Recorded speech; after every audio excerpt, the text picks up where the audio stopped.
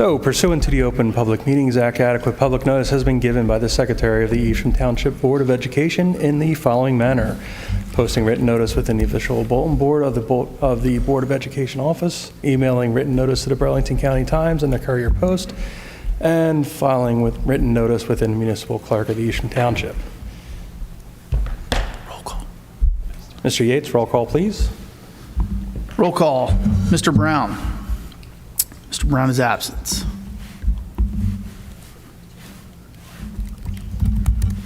Ms. Butramowitz. Here. Mr. DeMarcy. Here. Ms. Fox. Here. Mrs. Knoll. Mrs. Knoll is absent. Mr. Thompson. Here. Mr. Peelman. Here. Mr. Bach. Here. Mr. Compton was a notified late arrival, approximately 6:30 p.m. We have a quorum, Mr. Bach.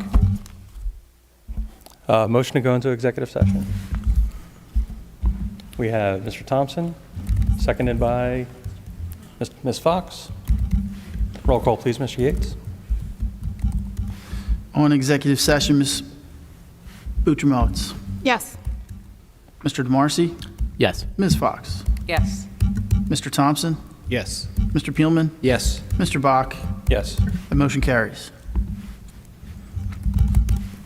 All right, we're going to adjourn to executive session. We'll be back for public session at 7:30. Thank you.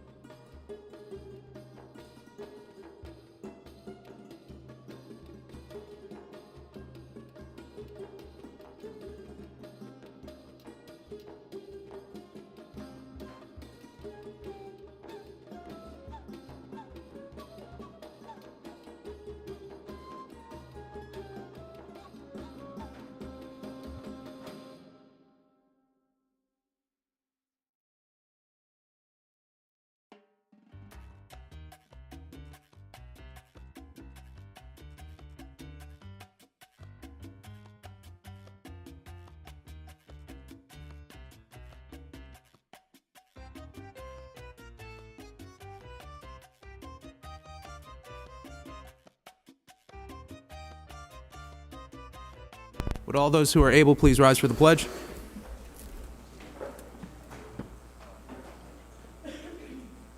I pledge allegiance.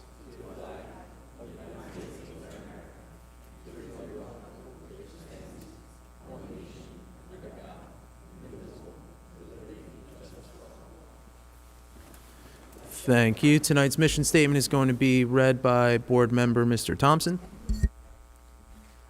The mission of the Evesham Township School District is to promote excellence in an environment that engages students in meaningful learning experiences.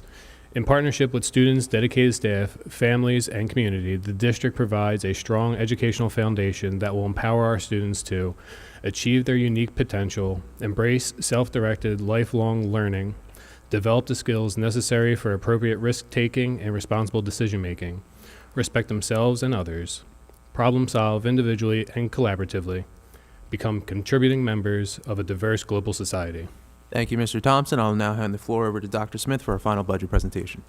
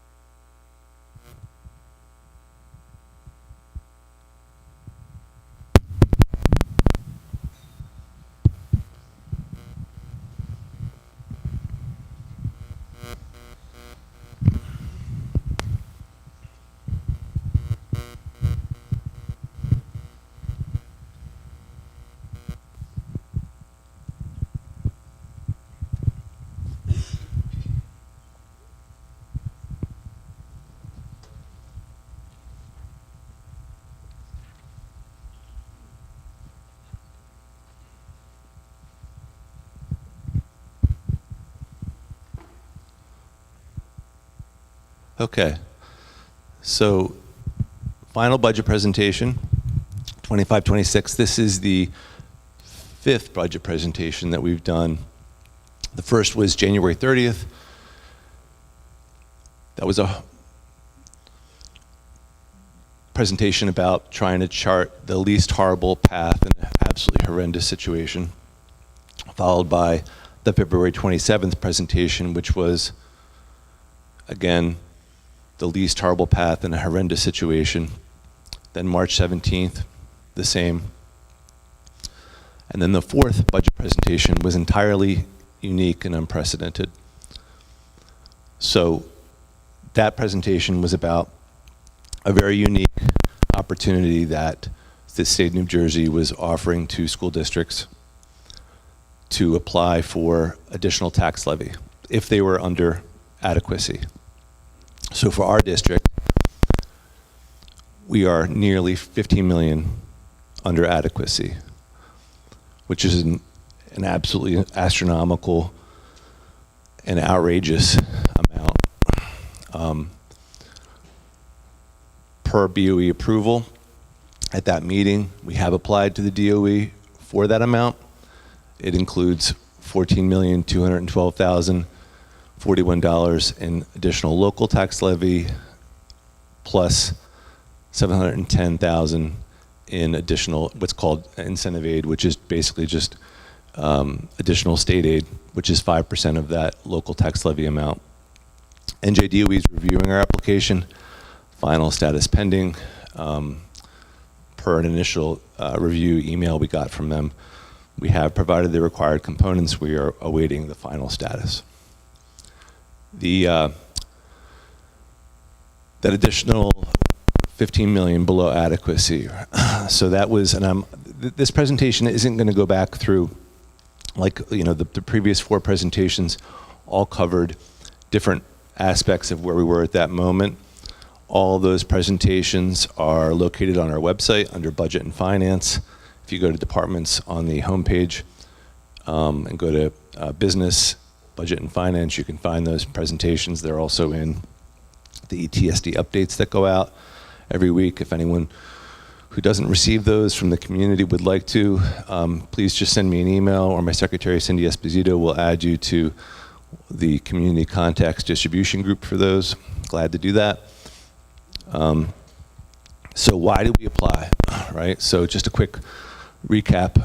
This is, again, for anyone who's seen prior presentations, this will be very familiar. State aid lost annually since, and this is a cumulative number that we now lose annually, right? So over $7 million. Rising costs, salaries, benefits, goods, services, special ed, transportation, pretty much any aspect, any operational wheel of a district at this point statewide. If you follow any headlines about where districts are at, you see that the costs are outpacing the local 2% tax levy cap of 2%. Our district, in the most recent data available by the DOE, which is the very wonderful taxpayer guide to education spending on the DOE website, anyone can go on there and take a look themselves.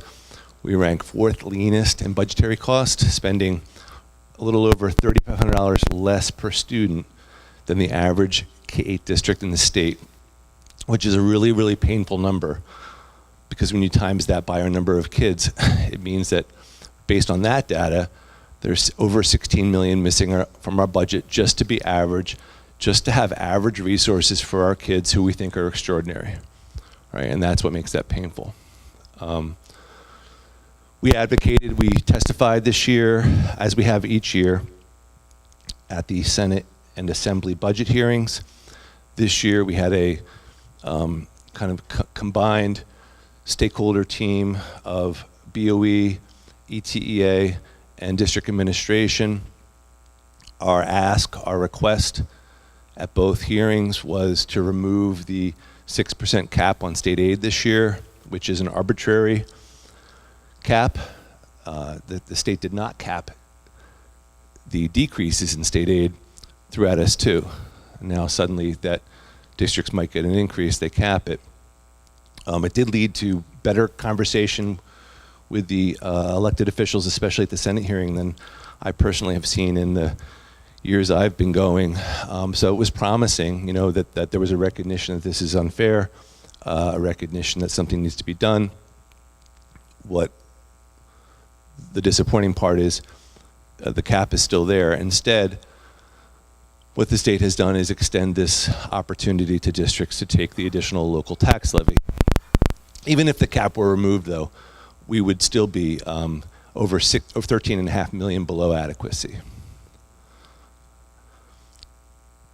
We know this: strong schools, strong communities, and bears mentioning strong property values.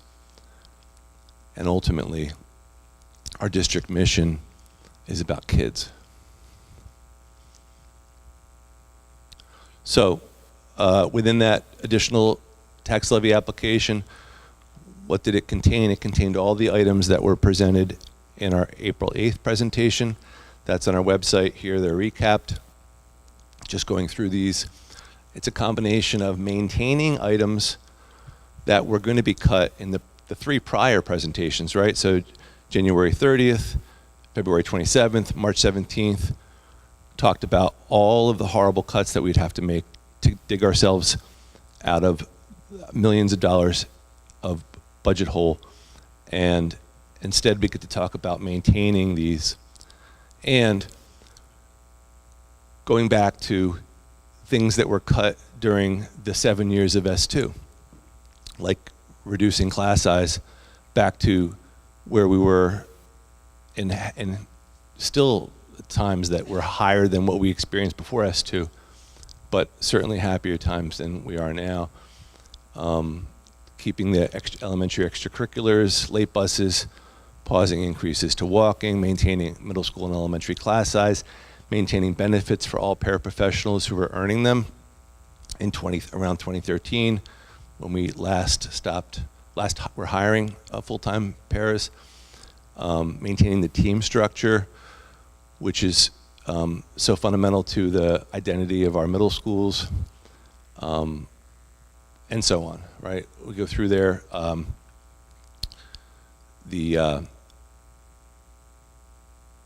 Wonderful, wonderful things that, again, if we go back to this slide here, are just a portion of that 16 million that's missing from our budget just to be average. As well, the application included around $8 million, which would go to, about $500,000 would go to maintenance reserves, which we have depleted that reserves in order to balance our budget in prior years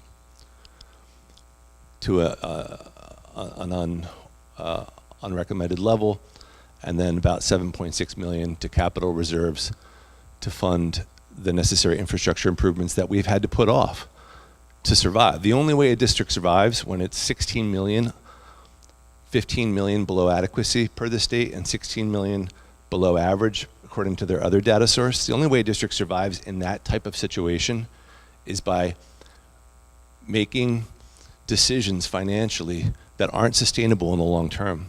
Capital reserves. Our buildings need a lot of work. It's a health and safety issue. This is going to let us do that. The one element of the reductions that have been presented so far this spring that we are staying the course with is transportation, for two reasons. Budgetary savings projected to be at least $800,000, and it works. We already outsourced 2/3 of our bus routes. It has become harder and harder operationally to continue to maintain our own transportation department. With that, I'm going to hand it over to Mr. Yates. All right, thank you, Dr. Smith. Good evening, everyone. Welcome back. So here we are finally at our final budget presentation here in April. If you have not listened to our budget presentations that took place, we started these discussions in January. In January, we talked about S2, its impact on our district. Why are we here? How did we get here?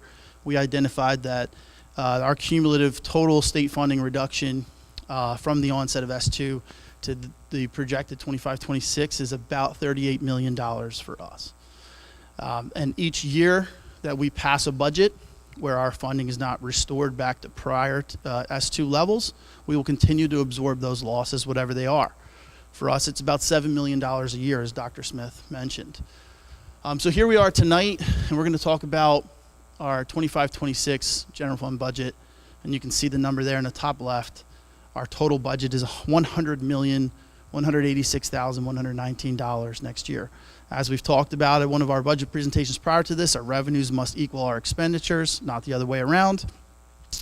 Or excuse me, our appropriations must equal our revenues, not the other way around. And you can see it's hard to tell, but I wanted to show just in graph style our different categories of revenues in the top right, different categories of appropriations top left. At our meeting in February, we did talk about revenues. Meeting in January, we talked about, meeting in January, we talked about revenues as well. Meeting in February, we also identified some of our appropriations and what those are. And tonight we'll kind of look at each of these. So here we are with our final revenues, and we're just looking at them in a percent of total. This is all the revenues that make up our total budget. Our tax levy at $88 million or almost $89 million is the biggest increase from our March tentative budget approval. It includes the additional tax levy authority that Dr. Smith had just talked about. Our budgeted fund balance went from $400,000 to zero. As a part of this application, we are going to restore our fund balance back to 2%.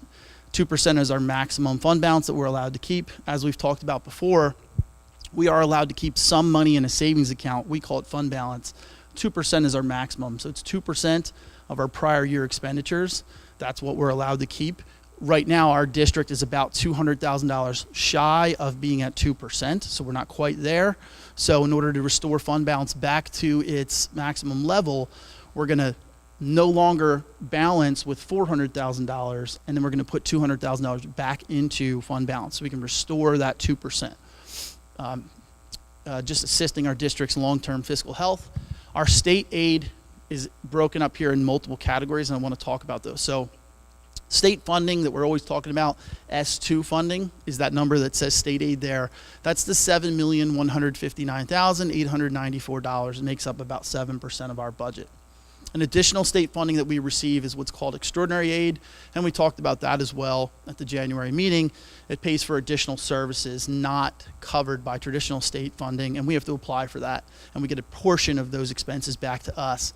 That's extraordinary aid. We budget the prior year's number that we received. Typically, we do see it increase year to year, so we're budgeting the maximum allowable for us, which is $655,924. We also receive some Medicaid revenue. That number significantly reduced from prior years. We're down about $180,000 in that category. The state has changed the way they reimburse districts for certain Medicaid eligible expenses for students. In our case, we used to receive over $200,000. Now we're going to be at $27,000 or $28,000. And then the additional money here, the one to note that was not included in the March tentative presentation, is our tax levy incentive aid. So because we are taking the full allowable amount of the tax levy authority, we also will receive the full allowable tax levy incentive aid from the state of New Jersey, and that is $710,602. We also talked about miscellaneous revenues pretty extensively at our January meeting. That number has not changed. We received some tuition from other LEAs. We have to budget the interest we might receive on our reserve accounts. And then we also are still maintaining the withdrawal of capital reserves for the identified projects of $283,000. Here's our year-to-year comparison of each of those categories. Please note that on this slide, I did lump all the state aids together as one number, but you can see the most significant increase for us is going to be tax levy going up at $18 million, and we'll talk about that number in another slide. All right. I wanted to see if there's anything else to talk about here. I don't believe budgeted fund balance is down, so that's a significant reduction. We also identified that previously in another meeting. All right, so let's talk about our tax levy breakdown. So how did we arrive at our $88 million or $89 million number? Well, this is exactly how. We take the prior year, the pre-budget year number, which is the current year's tax levy that we're receiving, which is $70,892,083.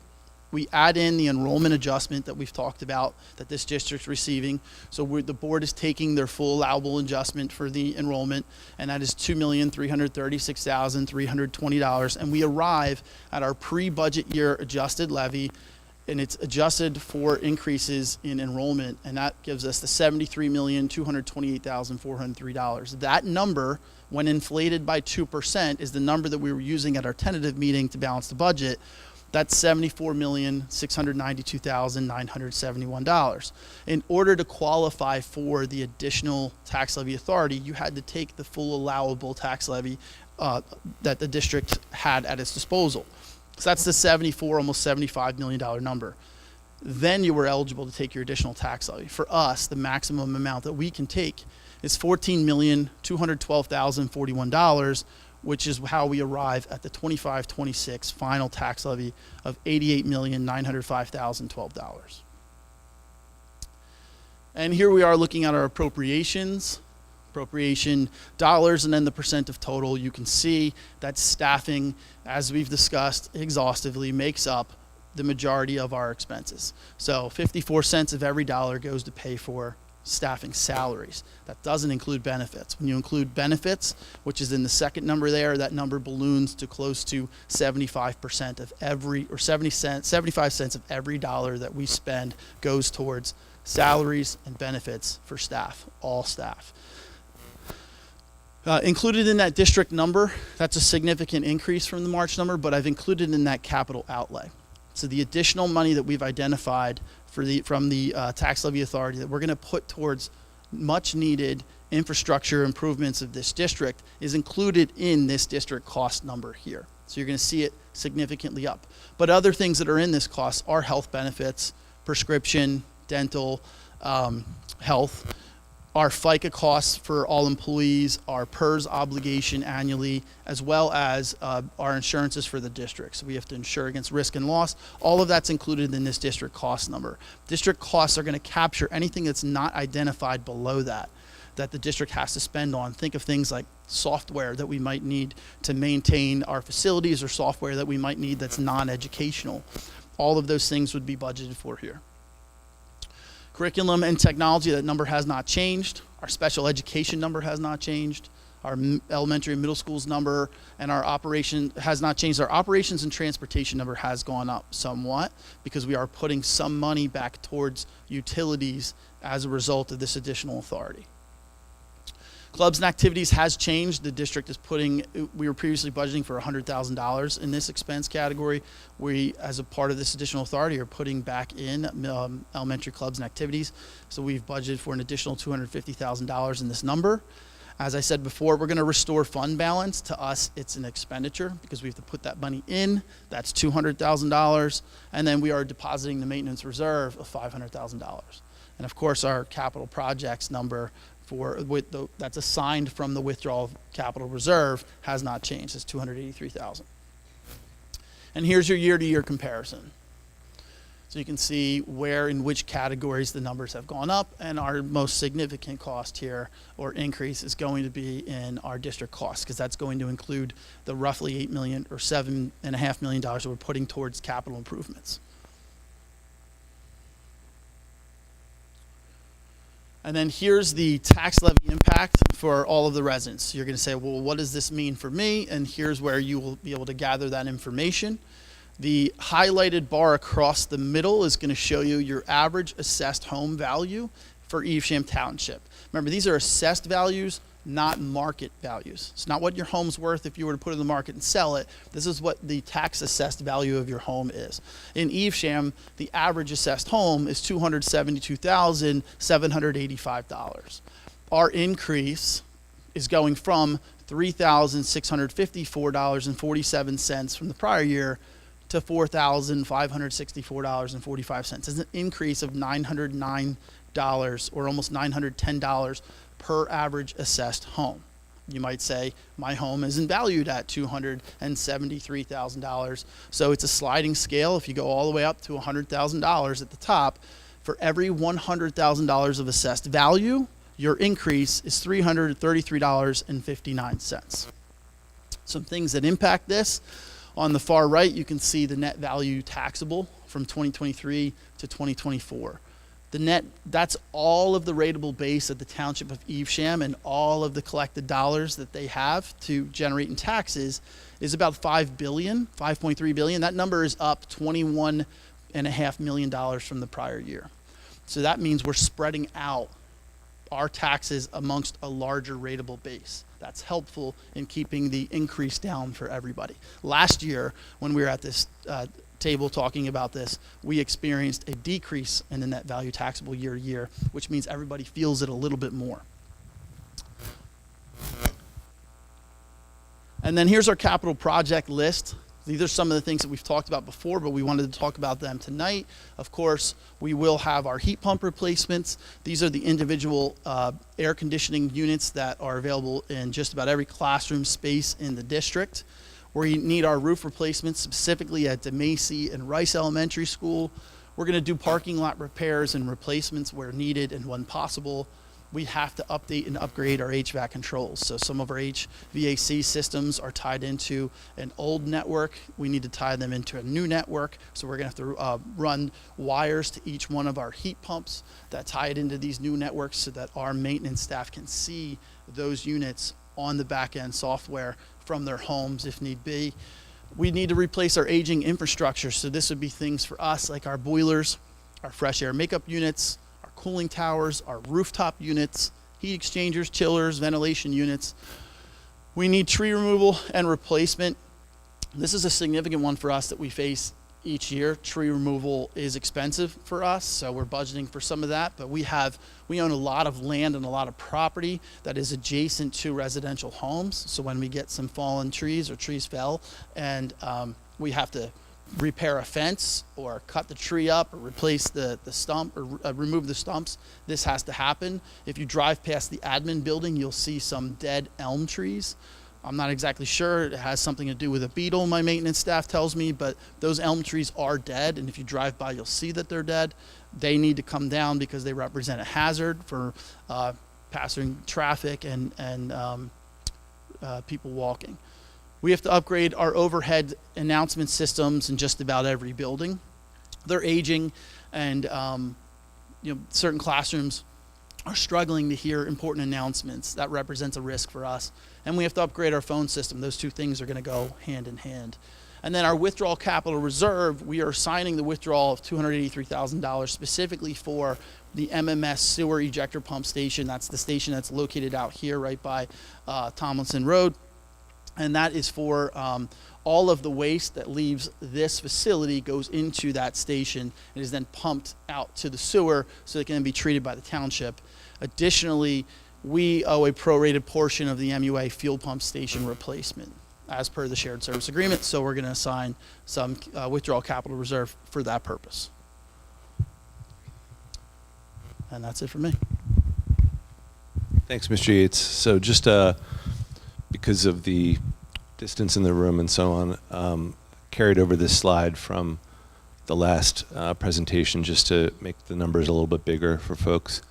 So that's the average assessed home increase, as Mr. Yates said, 25.4% and about $910.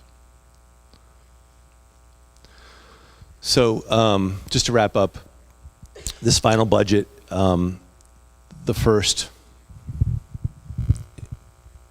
in my memory and in many people's memories, that is talking about maintaining, talking about adding, building, improving, instead of cutting, reducing, decreasing.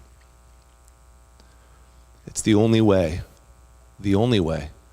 that we're going to get out of this, not just yearly, but really like daily, perennially, unendingly, the nightmare of our budget situation, which ultimately impacts our staff and our kids. Our mission, tonight's about mission, is to help students learn and grow, to reach their potential to the greatest extent that we can. That's our job as a district. And the only way we've been able to do it in the face of decreasing financial resources is through the quality of our staff. But at a certain point, that becomes harder and harder. The ratios, if you go into, again, that taxpayer guide, and you look at the ratios of students to teacher, students to administrator, whatever metric you look at in there, it's a tale of extreme challenge. This final budget lets us overcome that challenge and begin to meet our kids' needs better this year and beyond. And our staff and our kids deserve this. So that's what we'll wrap up and see if questions we have from the board.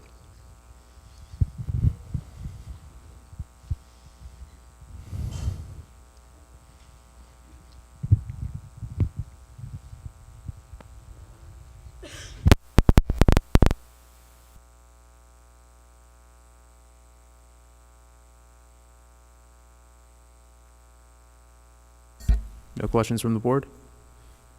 Seeing none, any general comments from the board?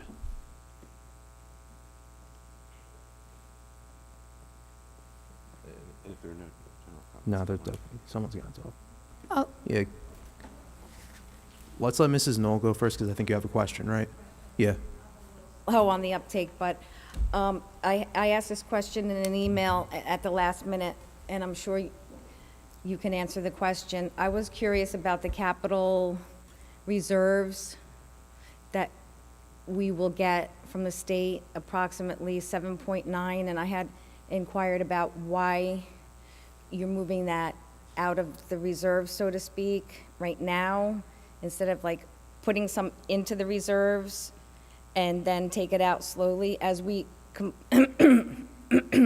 as we move forward with some of the capital improvements up there, because you cannot do all of that, as far as I know, all of that big list of the projects in a year. So could you put some of it into the capital reserves, and would we make any money on that rather than just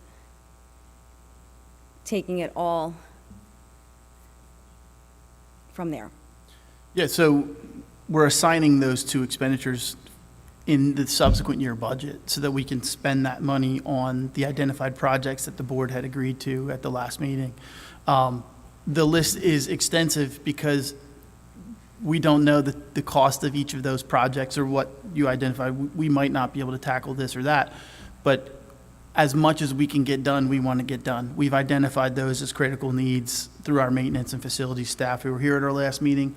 If there is any of that money that we're not able to spend next year for those critical needs, those would be a deposit at the end of the year into our reserve account. Okay, and do we make any money on the reserve accounts? We make the same interest rate on whether it's in our reserve or in our general fund. Okay. So we'll make the same amount of interest on that money regardless. Do you have an estimate of, ballpark? There's a lot of things on that list, all of the heat pump replacements and so on. Just a general estimate of how long you think those urgent projects will take? No, I wouldn't have that, but that would have been a good question for Brian and Tom when Okay. they were here last meeting. Okay. Thank you. I had Mr. one other. Bowman? Yeah. I had one other question. Could you discuss anything about Yale and what the plans are for that? Yeah, absolutely. Thank you, Mr. Peelman. And that is, it was a budget item, not so much a budget item, but it was an approval item at I believe at the March meeting. So we, have an existing contract with Yale at Evans, so they lease space from us there. We're very appreciative of that. And in the course of conversations with Yale about basically them taking on more of that space at Evans, they asked, would we have other space in the district? We, at the time, this was back prior to this additional tax levy, when we were in a $7 million hole, we were going to. We were going to have a lot of space, unfortunately, through reducing in a way we absolutely didn't want, and were forced to do teaching positions. So we were talking to them about basically they would lease space from us. At that time, it was going to be in the 6 green pod at the Macy for 6 classrooms. They have 6 classrooms that were they were leasing from actually Medford School District, and we're going to switch and lease from us. Then this wonderful opportunity, additional tax levy. So in the meantime, we've been looking at what other space might be available in our district in order to meet the commitment that we made to them, since they had to give notice to Medford back on March 1st, but they would not, they'd be moving to a different district.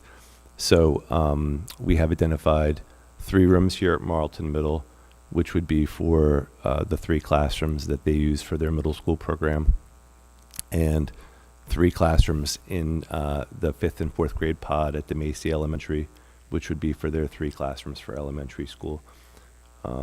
We wouldn't want to have, this way their middle school classes end up in a middle school, and the elementary classes end up in an elementary school.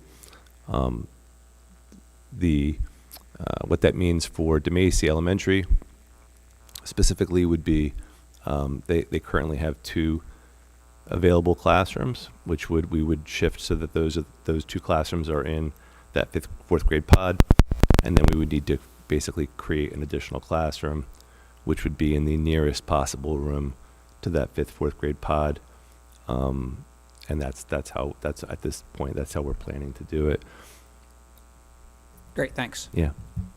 I would just add one other thing, and I'm glad you brought that, just because as we think about these pieces. So a person might ask, well, with all this additional levy, why continue forward with this agreement? Well, a couple of reasons. One, from a, we take every aspect of what we do, including every dollar, very seriously, of how we, that's a resource that we are bound to maximize for children, right?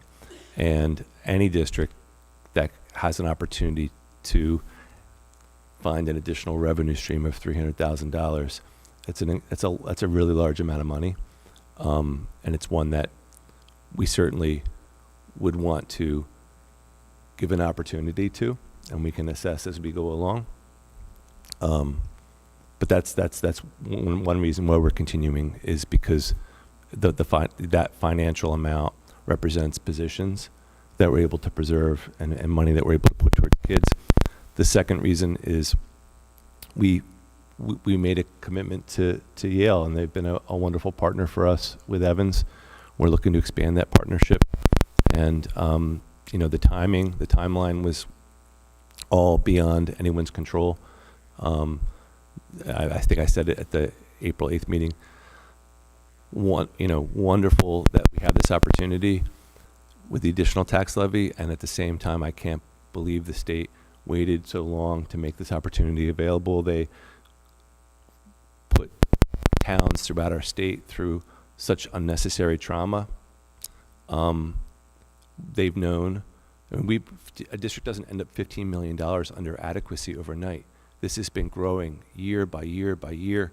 We could have used this opportunity at any point in the past, and that's been a known fact. So to wait until not just the 11th hour, but after midnight, after the approval of the tentative budget, after districts had to meet their own timeline, the DOE's own timeline, and submit those tentative budgets to the county, only then to make this opportunity available,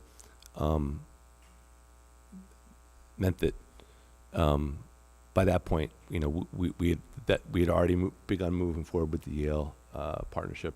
So, thanks again. Yeah. Any other questions for the board?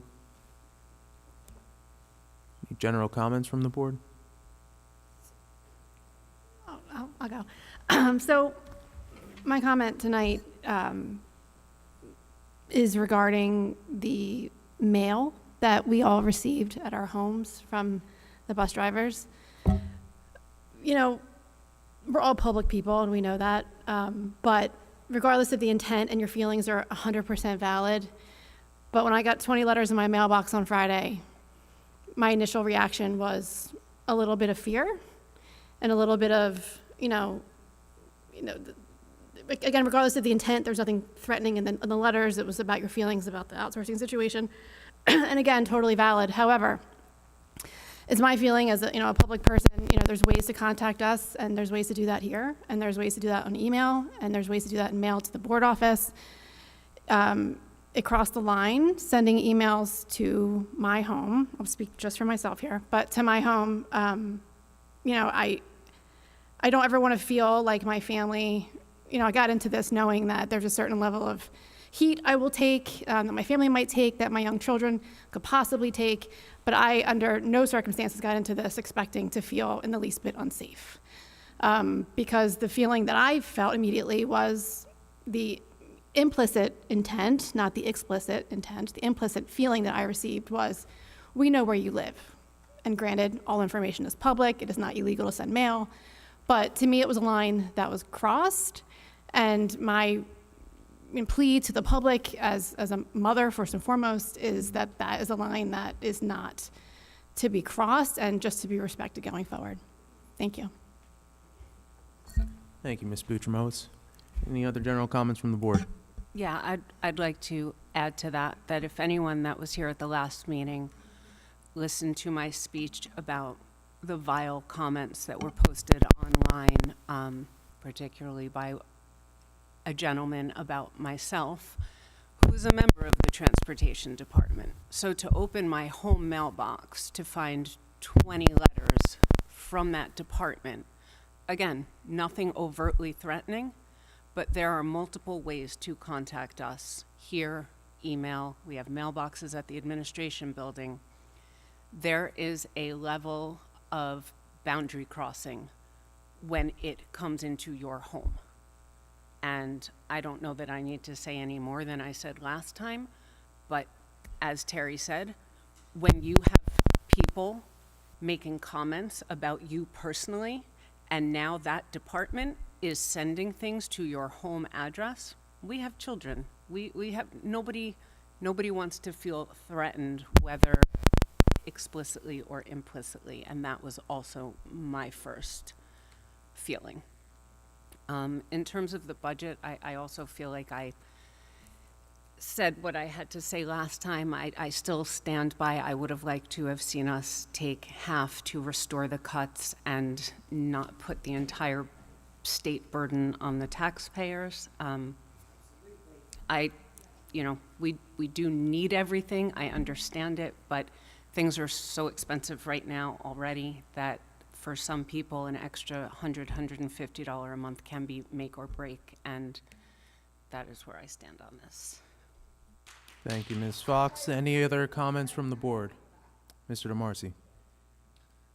I was going to save my comments till after the meeting ended with the board member comment section. But, you know, I like Ms. Fox, made many of my opinions on this very clear at the last meeting. You know, I spoke to the struggle that a lot of young families are going to have in terms of trying to afford to live in Marlton, you know, kids who grew up in this school district, the kids that we want to talk about, it's about them, right, who, you know, are not going to be able to afford to live in this town. It's just the reality. I mean, you know, and I could be on a soapbox talking about it, sure, but it's true, and it's how I feel, so I'm going to have to say it.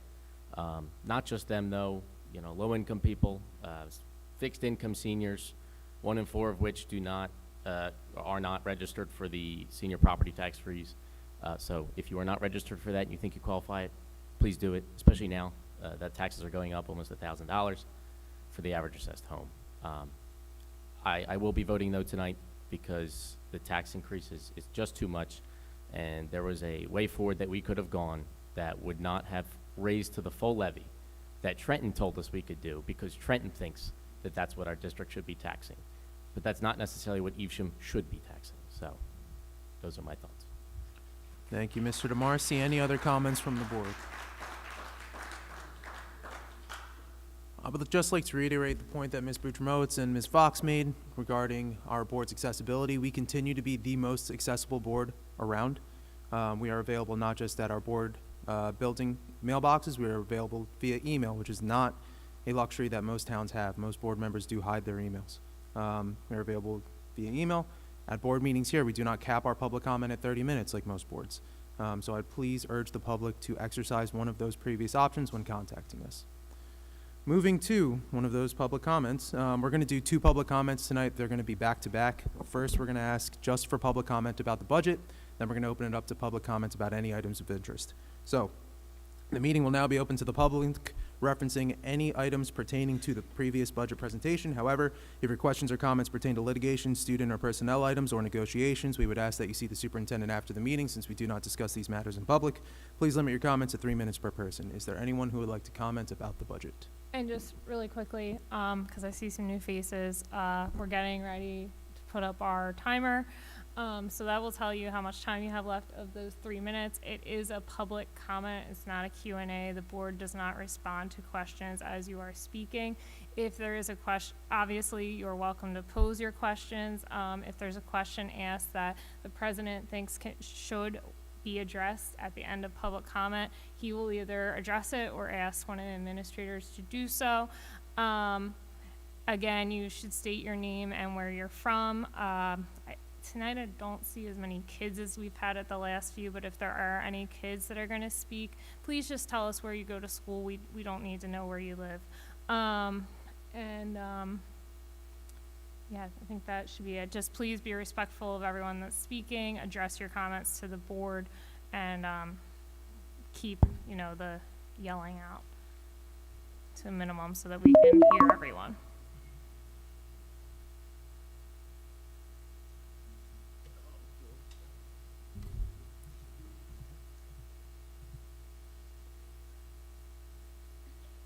Are we ready to go? My name is Bob DeLuca. I'm 35 years in this town.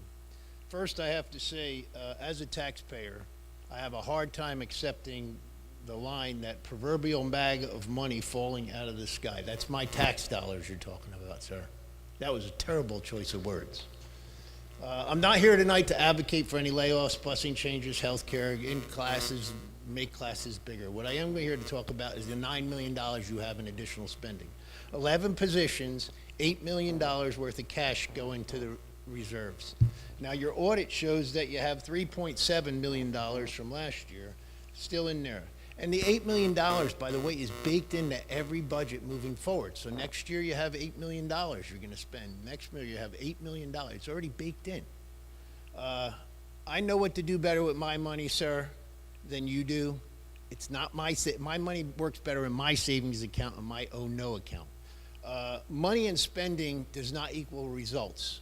If we haven't learned that, we've got a bigger issue. I read your summary online, your student report. Speaks highly. It doesn't say anything about deficient, inadequate, below adequacy. As a matter of fact, it says right here, students in the ETSD have wonderful education opportunities and do well on district state assessments. Then we're given a PowerPoint presentation of how terrible we are because we're not providing a thorough and efficient education. And why? It's because the state standard says we're not spending enough money, below adequacy average. Does that mean we're going to lower the salaries of our teachers to be average? Or are we going to eliminate programs to be average?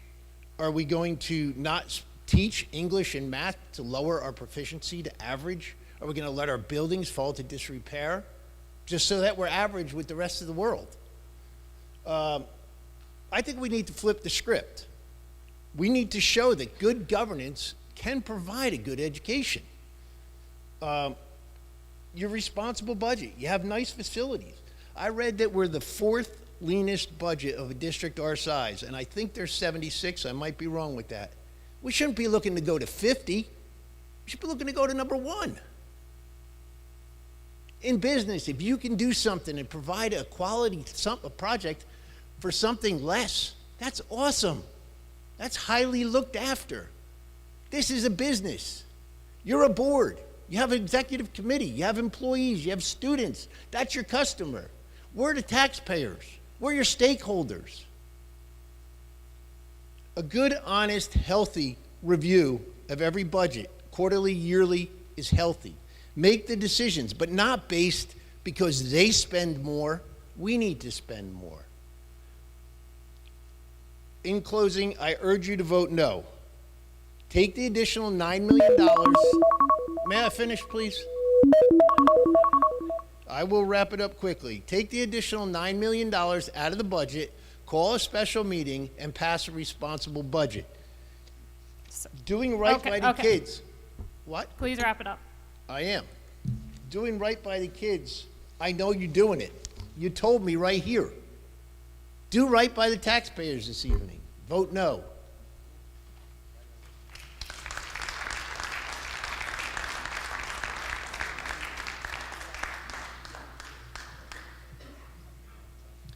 Good evening. My name is Angel McDermott. I am the NJEA representative for the Evesham Township Education Association. First, I want to assure you that regardless of the outcome, you will not have any bus drivers coming to your houses and terrorizing you, as suggested on social media.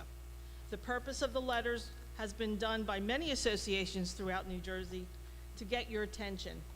As you are aware, earlier this year, the association took a vote of no confidence and shared it with you in the leadership of Dr. Smith. The bus drivers wanted to ensure that you receive their messages in a means that is not controlled by the district. You will be voting tonight on a proposed budget that eliminates all but 4 drivers. Mr. Yates stated that privatizing will save $800,000, but what will the cost be?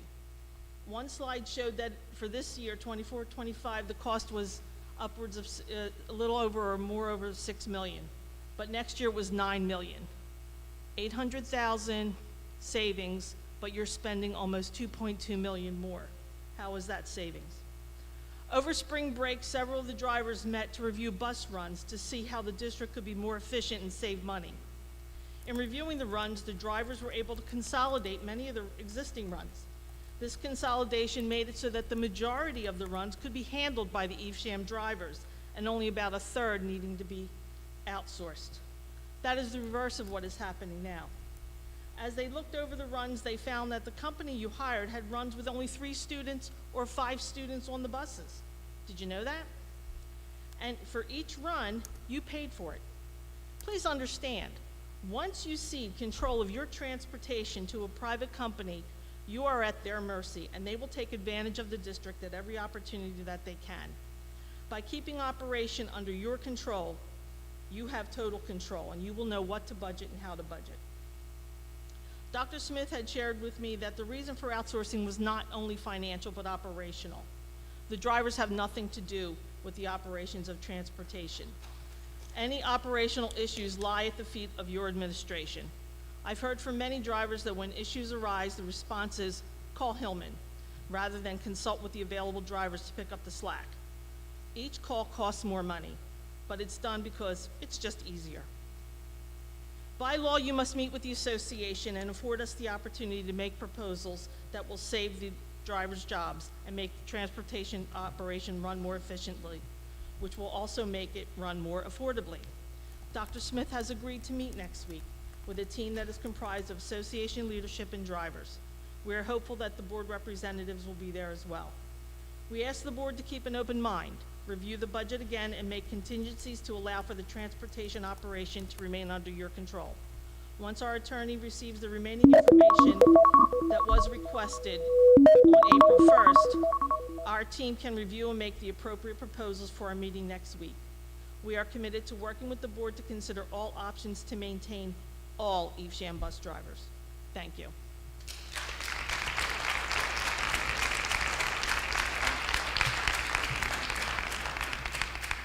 Hi, my name is Lisa. This is my first time here. I do not have any kids, so I'm supporting all the things. I think there's a lot of things that are important that we need to consider, but here's my thinking. I looked at your budget. You have like the 5 math teachers, one for each school.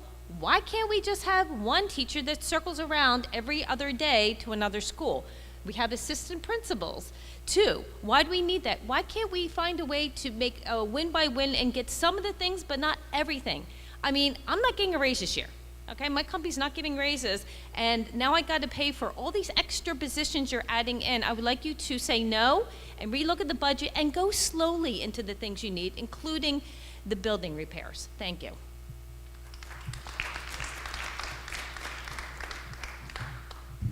Good evening. My name is Joyce Lucci. I've been a bus driver here in Evesham Township for 25 years. This is the 4th time in my 25 years that the administration has suggested that our department be outsourced. Each time, after numerous debates, it has always been decided that it would be less costly to keep Evesham bus drivers. This board has yet to see any bids processed for this year to know if it would be cost-effective to outsource us. To my understanding, that process wouldn't be until July 1st. After this board has to vote on this budget, why is that? Why are we waiting till July the 1st? Why is it being hidden? What's being hidden here? How could this board consciously make a decision to outsource when you don't even know the cost? And we all know the bids will be low for the first year, and the company will increase the cost of its cost at its highest percentage allowed after the first year. Mr. Yates, I would like to know how you could continue to recommend outsourcing when you yourself have changed your own child's bus from a Hillman's bus to an Evesham bus, causing the Evesham driver to go out of their area to pick up your children because you didn't want your children on a Hillman bus. I'm sure all these other taxpayers whose taxes are going to increase over $909 and more would like to have a choice of who will drive their children to school each day. As I examine the additional needs of the district, I have a couple that I don't think are necessary. Is it necessary to have 2 traveling vice principals? How much help is that? At a cost of $280,000, I don't think it's necessary. Do we really need new PA and phone systems in every school? I hear the PA systems out of each school I go to while I'm outside. Not necessary at a cost of $850,000. Do we need every phone and every PA system repaired, or just certain ones? I've heard that some of the schools have had them repaired recently within the past 5 to 7 years. I don't think we need them all done. It would save bus drivers' jobs instead of doing all the PA systems, $850,000. $600,000 to restore 2 clerk typists. If we weren't going to restore them before, if it's working, why don't we just keep it that way? $120,000 for a case manager. Why is it needed all of a sudden? $480,000 math interventionalists in each elementary school. Why not have 1 or 2 traveling among each elementary school? More savings there. $650,000 for repaving parking lot at the Macy's School. I would fill the holes and save 32 bus drivers' jobs. Reasons given to outsource is not the cost, but the operational and effectiveness. That's not bus drivers' responsibility to have the effectiveness and the operational be. It is administration's. We need more effective upper management, not outsourcing the bus drivers.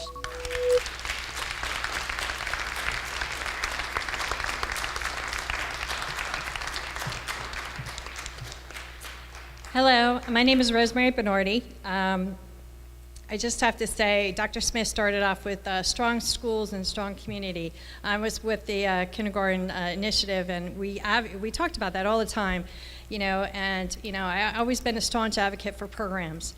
Programs is what makes Evesham Township School great. But this budget isn't really talking about programs. We're talking about $7 million in capital improvements. So I do have a prepared statement. This has been one of the most remarkable budget seasons I can recall. In just 4 months, the Evesham Township School District went from facing a $7 million budget deficit to proposing an $18 million tax levy increase. Prior to the last meeting, I emailed all the board members about how I would have voted. And I still don't vote. I don't fault any of you for your votes. The budget development is a process, and that vote was just one step along the way. However, between then and now, more work should have been done to address the expenses, particularly transportation costs, which are projected to reach $8 million next year, a major and growing financial pressure that remains unaddressed, even with the plan to outsource. Tonight, I'm clear on how I would vote. I urge you to consider approving only half of the proposed tax levy increase and advocate to the DOE to allow the district to bank the unused cap for use over the next 3 years. The DOE created this opportunity for you to go up to adequacy. The DOE can allow you to cap bank it. I think it keeps the flexibility for the future. I know you all are concerned about not taking it because it might not be available to you, but you need to advocate for it. There is no justification for the board to double dip on tax levy increases, taking both the $14.9 million adequacy adjustment, which is that $14,000 per pupil amount, and the $2.3 million growth enrollment adjustment amount. We're talking $10 million in tax levy. Last year, our levy was $70 million. This year, it's going to be $88 million. The state calculates our adequacy budget at $84.7 million. So they say, we take that $14,000 per pupil, and they factor in all these things, and they say, Evesham, your adequacy budget is $84.7 million. They also say your local fair share is $85 million. They take our property values and our income, and they determine what our local fair share is. No matter which number you use, the proposed $88 million tax levy exceeds the standard by 2.7 or 3.3 million. This is a serious concern. Frankly, it looks like a money grab at the taxpayer's expense. Adding to these concerns, the district still does not have clear strategic goals. Without defined goals, it becomes even harder to justify the significant tax increases to the public or to prioritize spending decisions responsibly. Strategic planning should come before asking the community to vote. You have the opportunity to take a break, confer with each other, amend the resolution. I want you to remember you're stewards of both our schools and community dollars. Financial discipline and thoughtful planning Ms. are Bernardi, not opposites. please wrap up. They must go hand in hand. Thank you.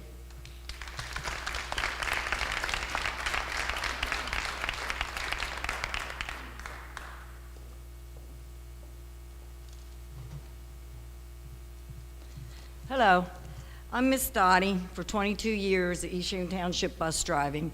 Way back when, my mother was an Evesham Township bus driver when there was a shift gear. I was born and raised on Marlborough Avenue. I would like to begin with apologizing to all the parents and the students for being, where am I? I would like to apologize to all our children and parents we have grown to know and love for how horrific the past few years have been, and for most of us trying to use our sick days. A lot of our old-timer bus drivers have over 180 days, and this is what we get for being dedicated and loving our job. Bus drivers and aides have been trying to work and fix the problems, but due to the issues from the superintendent and business agent, I'm here to tell you at this moment, we are also dealing with no running buses. The ones since last week before Easter had a flat tire, still was sitting there this morning with a flat. They couldn't get nobody in during Easter break to fix a flat tire, or a bus that was fixed broke down on Thursday and had to be towed, still sitting there waiting to be towed, and all the other buses that need to be fixed. Also, our CB radios are no better. The cameras aren't no much better. There is a lot of fixing up to do there. We all wrote emails, had meetings, spoke one-on-one, trying to help and explain how this department can work. It always, he says, she says, who knows? All we know, it can be done. Mount Laurel, Medford, Lenape has proven this. Why can't this township? With the right leadership who understands a contract with a built-in late run, who knows to use a driver that's on a standby, hiring people that want to work and available to work all hours, not pick and choose. That's what seniority's for. This could be a good running department like it used to be if we had individuals that didn't want to just throw it all away. Individuals that actually think they will be saving money. Well, good luck with that. Yes, I will miss my job, but most of all, I will miss all the children and families and friends I have made in the last 22 years. Thank you.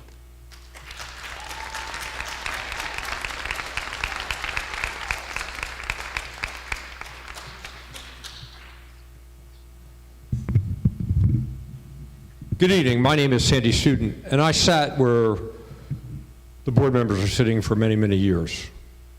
And no one realizes you don't get paid, and it takes time away from your families and your office. But as Mrs. Bernardi said, this budget process has been fraught with disregard, and it sort of reminds me of a child in a candy shop just grabbing everything they can. I think you've used a poor choice of words when you've said whatever we can imagine we wanted to do. If my recollection is correct, and you go to referendum, with the capital improvements, the state would pay 40% of that. I know you don't answer questions, I got that. And that would reduce your expenditures by over $3 million over this budget that we've seen tonight. And you have a history of passing a referendum. Most other districts can't say that. The other thing that really troubles me is Mrs. Knoll asked a question, and your business administrator said, no, we're not going to spend everything right away. So why are we raising the funds for it now if we're not going to spend it in the following year? It's very, very troubling to me. It's kind of like padding your budget. And in this climate, we don't want to do that. I tried to determine if all of the items listed were in the long-range facility plan, but due to a snafu, I wasn't able to get that until 5:30 this afternoon. I know that the mission is children, and I've always understood that. But I don't understand how assistant principals could increase childhood learning, which is our ultimate goal. I also am troubled because I don't think the board and the administration has explored very, very simple, low-hanging fruit. Let me give you a for instance. This district owns real estate that is readily convertible to residential property. Will people object? Maybe. Would it be a benefit? You bet your sweet ass it would be. It will increase the ratables in town, so more people will be paying taxes. It would reduce your need to come up with an excessive budget, and it would also show people that we can take a different path, not just taxing people. The state's admitted they're not giving us enough money. My suggestion last meeting was Don't submit a budget. Make them come over and run the schools. They told you they're not giving you enough money, but they're telling you you can tax the payers. The last thing I want to make a suggestion, if this budget is voted, buy a new projector and buy Bluetooth speakers to make the room more amenable to meetings. Thank you very much.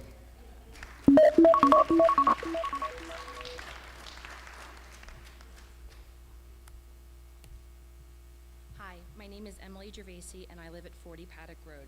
I'm speaking today because I am upset about the decision to rent out DeMacy Elementary School classrooms. I've been following the budget process and attending meetings for years. I do know that the decision was on the agenda for March, but I don't remember much of the conversation being in public. This decision has a direct impact on our children, and the fact that parents are finding out through the rumor mill and not by the board or the administration is insulting. As tough as it is, I do support a tax increase to fully fund our schools. However, I do not support this additional money grab to rent out DeMacy. These classrooms have not been sitting empty. They are actively being used by DeMacy students.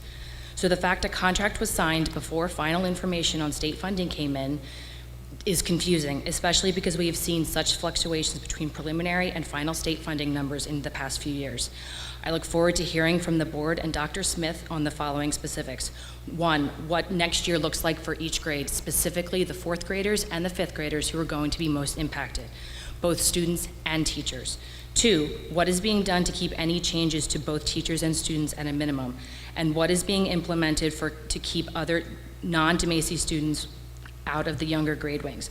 Dr. Smith, you said numerous times that the contract was made and we need to honor it. What about honoring the needs of DeMacy Elementary School students? Thank you.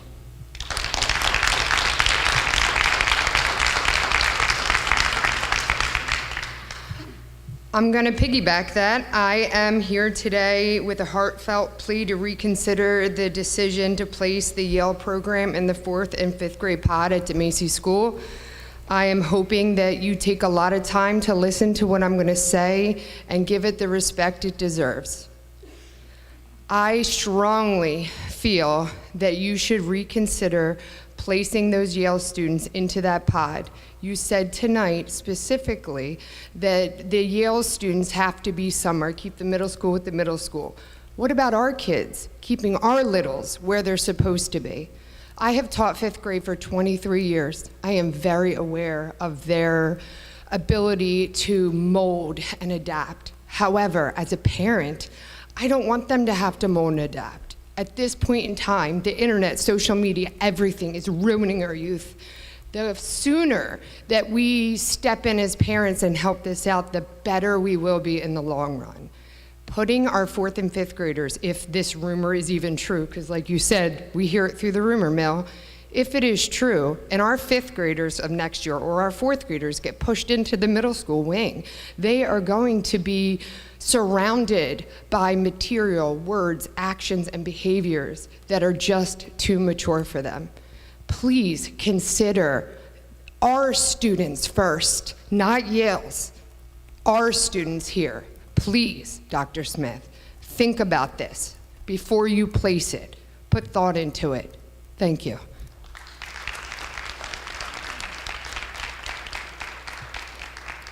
Good evening. My name is Erica Wiskowitz, and I'm a 5th grade teacher at DeMacy Elementary. I'm speaking on behalf of my colleagues, but more importantly, of the rising 4th and 5th grade students affected by Yale taking over the 4th and 5th grade pod at DeMacy Elementary. We discovered this was the plan when several people from Yale came to our pod after school one day. Again, we are frustrated with the lack of transparency in disseminating this crucial information to staff and families. When we spoke with you, Dr. Smith, last week, you mentioned that the district made a commitment to Yale and that there were rooms available in DES. There are no rooms available. Therefore, 2 5th grade classes, a computer class, along with 2 resource teachers, would need to be uprooted. Moving DeMacy Elementary students out of the pod would push them into DMS, thus displacing several middle school classes as well. Not to mention the 4th graders would be sharing a space with students who may have difficulties adjusting to the pod traffic, the noisy bell system, and other distractions. The 4th and 5th grade classes at DeMacy utilize the pod area for projects, guest speakers, student council events, and small group pull-out instruction. We do not have access to common areas at DMS, as these areas are reserved for middle school only. Our current schedules and school procedures are created around the needs of middle school students. Adding Yale to our shared spaces would further stretch our resources. We feel you need to reprioritize your commitments and think about what is best for Evesham students first and foremost. While I understand the commitment to Yale was made before the tax levy increase was made available, and you must balance a budget, your plan was not strategically prepared with contingencies if the 6th grade pod was no longer available. Even the original plan to house Yale in 6 Green was not without many flaws. Your plan also lacked input from important stakeholders. It should have included all cabinet members, supervisors, and principals from the start, as their expertise can provide better solutions for where to place Yale students. It should not be a two-man show, Mr. Yates and Dr. Smith. Parents are not interested in paying higher taxes only for their children to come second to an outside agency. Currently, Yale students use trailers on the Medford campus. They are completely separate from the general school population for lunch, recess, restroom facilities, and other activities. Trailers would be a better solution for next year until more space is available at Evans. Trailers should be placed on Evans property so that no Evesham student is uprooted. We ask that you reconsider where Yale students are placed and prioritize our students first. Thank you.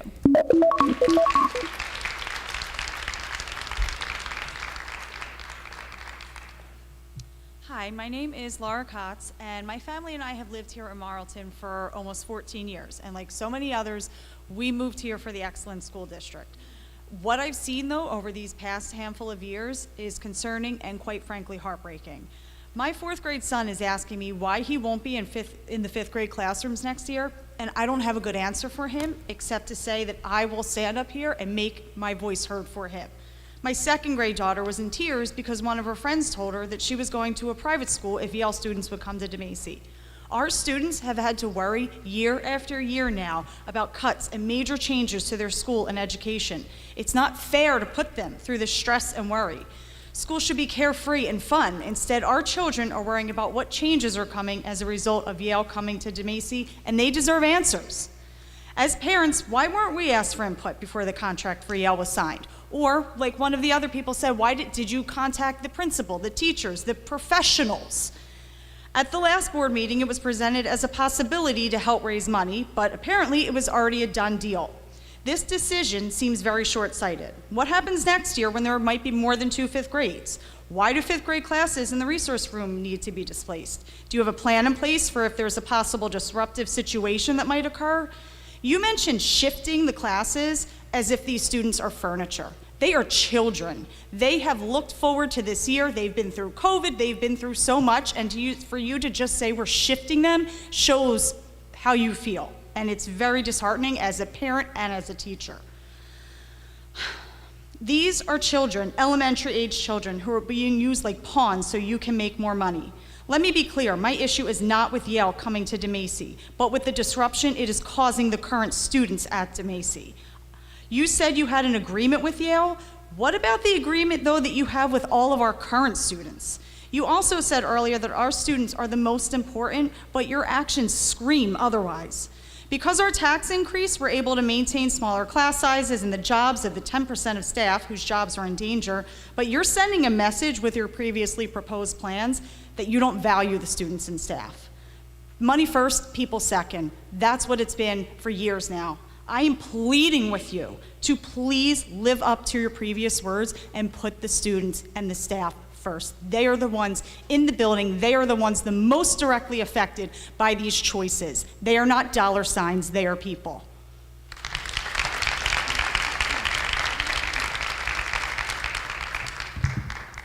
Hi, my name is Lisa Argist, 31 Albany Road. I'm on the DeMacy Elementary PTA Board. I have 2 children who attend DeMacy.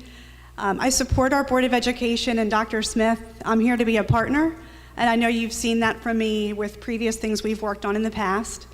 but I do not support the decision to have an outside school rent space within our elementary school walls.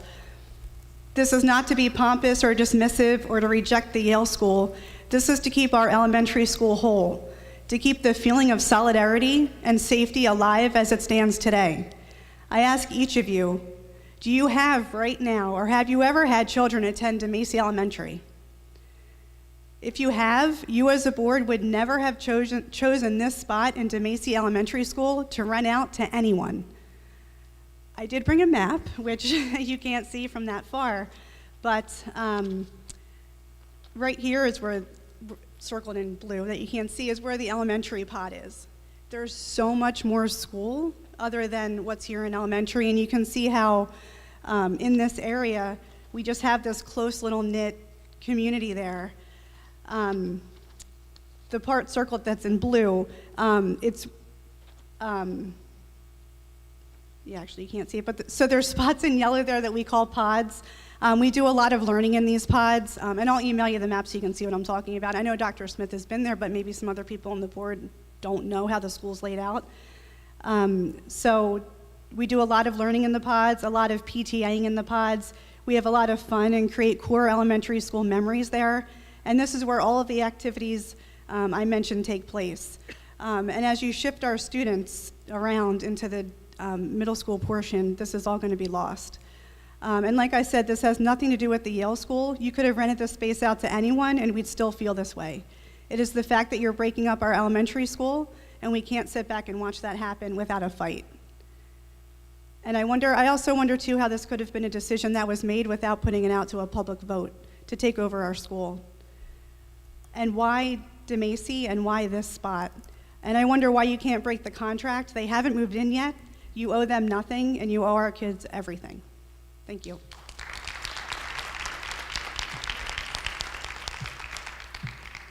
Hello, my name is Andrea Brown, and I live at 19 Raleigh Lane.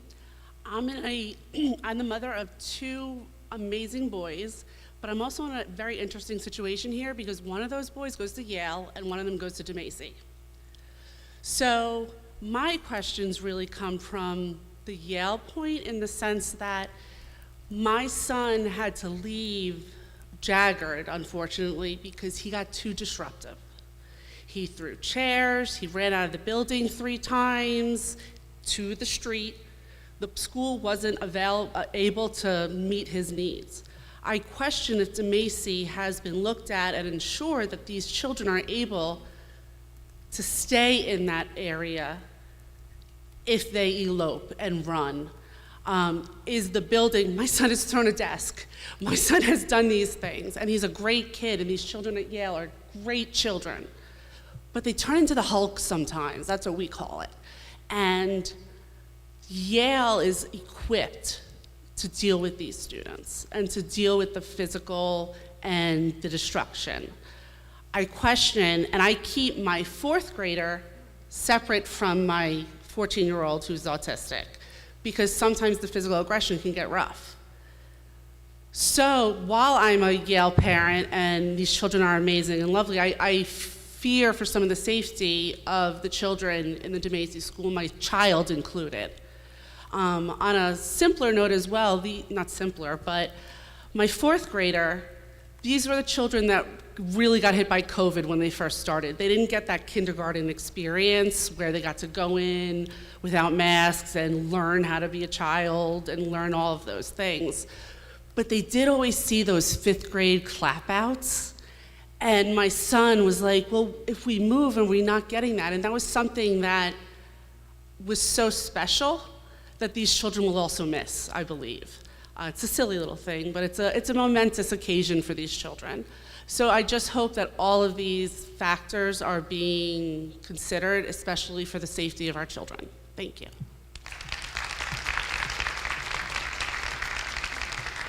Good evening. My name is Jason Lutz. I've been a dedicated Evesham bus, employee for 13 years. And I humbly ask you to save our jobs. We care about these kids and we bust our butts to get them to school on time every day. in a timely manner, safe manner. Everybody does what they have to do to make sure those buses are safe every day, and nothing's going to go wrong. So I think you should really look at this and say, well, it doesn't make sense to outsource because you just don't know what you're getting. You know what you're getting here. We're dedicated. We're always willing to do what we have to do. And it's not easy to get up every day, come to work, knowing that you're not wanted. Your job's pretty much done. And that's what we've been hearing for the last 6 months now or whatever it's been. So it's not easy, but we try. Everybody tries. So just try and reconsider keeping the bus drivers in the budget. Thank you.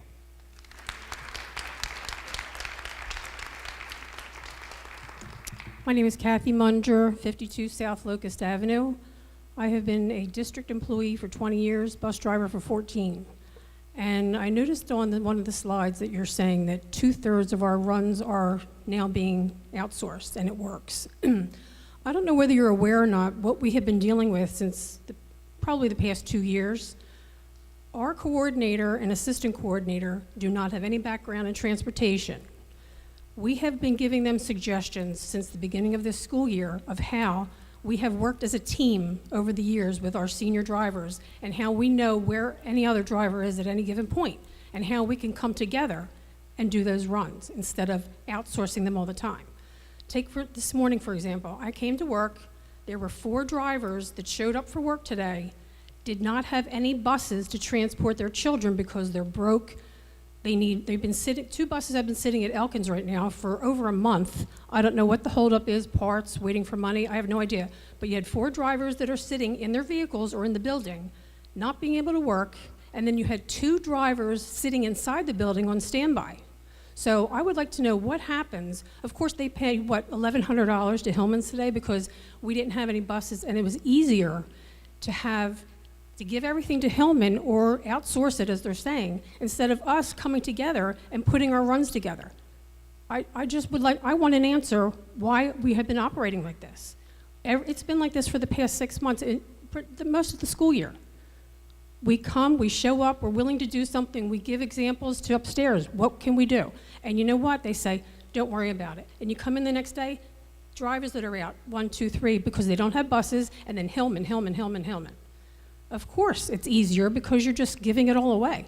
And I just want an answer. If somebody can give me one through an email, my district email is Kathy Munger. Why is this happening? How come we get no support?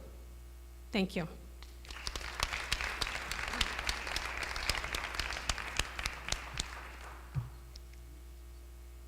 Wait for my timer. Oh, once you say your name, I'll start I'm Miss J. I've been a bus driver here for 23 years, so I'm one of the 4 that will have a job if that's actually what will happen. I'm also one of the drivers that got together to consolidate runs. So it is possible, and as Miss Angel had already said, we have Hillman runs that only have 3, 5, maybe 10 students that go in the same district or same area, going to the same school.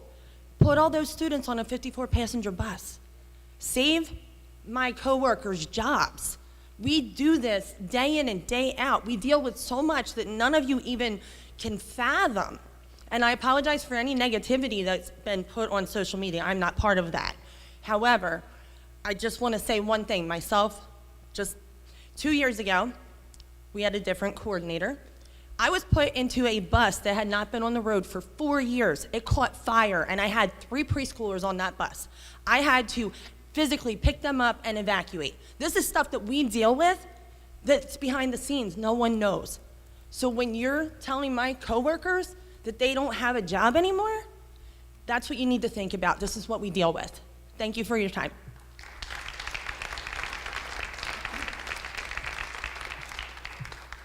Hi, good evening. My name is Matt. I live on Lexington Circle here in Marlton.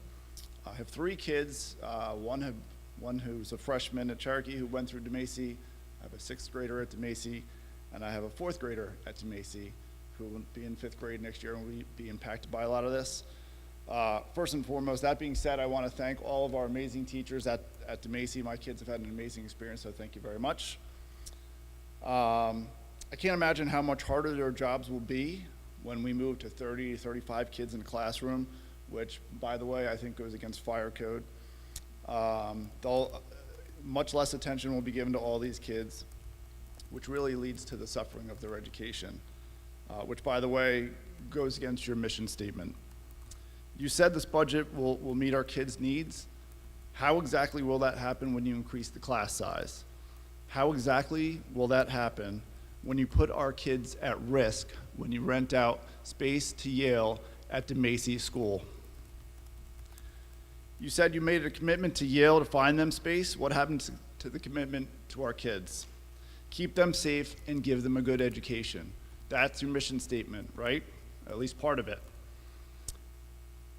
I, along with everybody else at DeMacy, do not support renting out space to the Yale students. My children no longer feel safe there. How would you feel?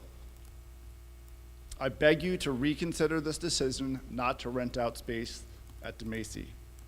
By the way, how much money do you have in the budget for a lawsuit when something happens to one of our DeMacy students because of an unfortunate troubled Yale student? Keep that in mind.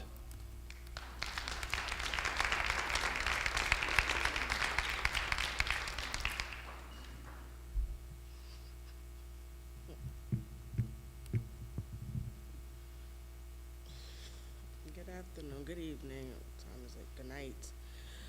My name is Shalika. I come to these meetings time and time after again. And during the spring break, I did some looking and, stuff like that. Dr. Smith, when you first got here, the very beginning, this is what you said, and this was the last part of what you said, as a last belief. We will not just rise to these challenges, but become stronger and better because of them.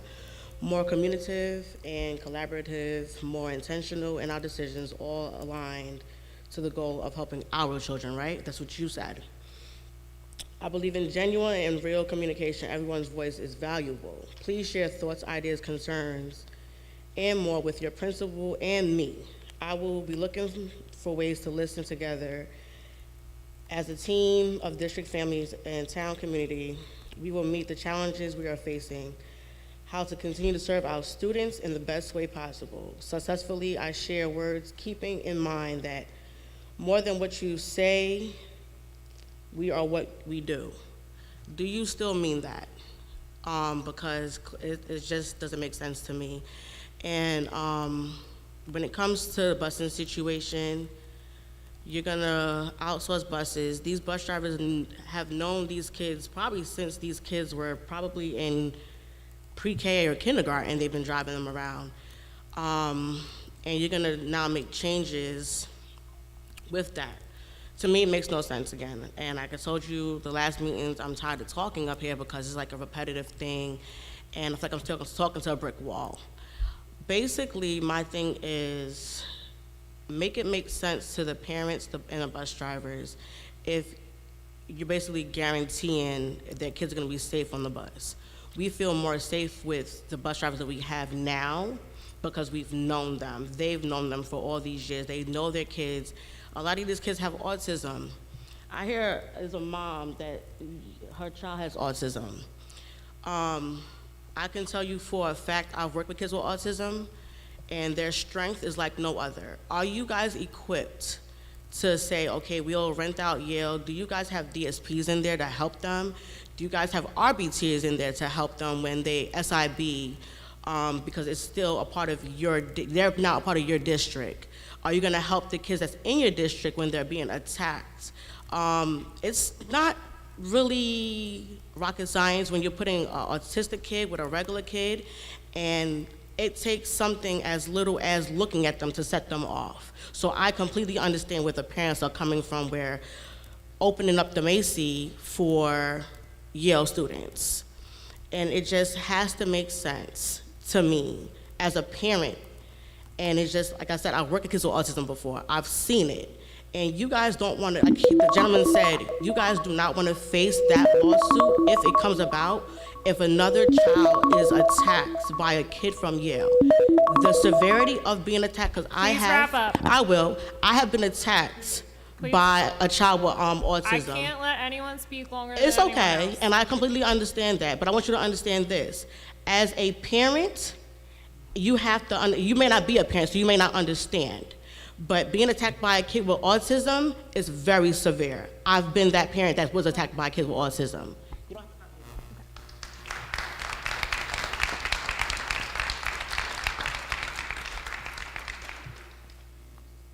My name is David Knott, 13 Oxford Road, Marlton. I've lived here 65 years. I'm a school bus driver.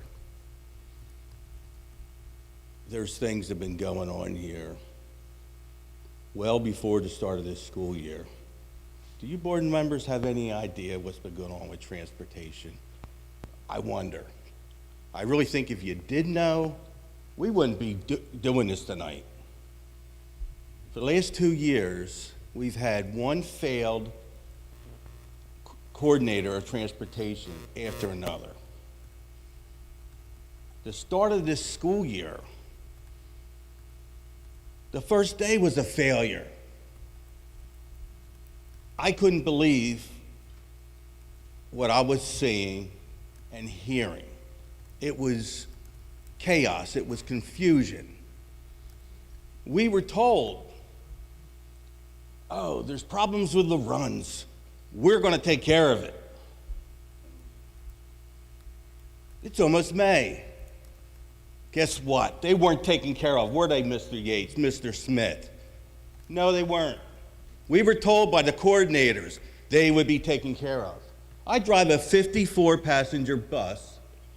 I have 17 kids for all my runs. Is that productivity? I don't think so. I pass a Hillman's bus on the same street, going to the same school on every run. They could take my 17 kids, and I could be picking up kids that from another Hillman's route. There are so many Hillman's buses in this town, and it's not necessary. You know why we have so many Hillman's buses? Mismanagement, poor planning.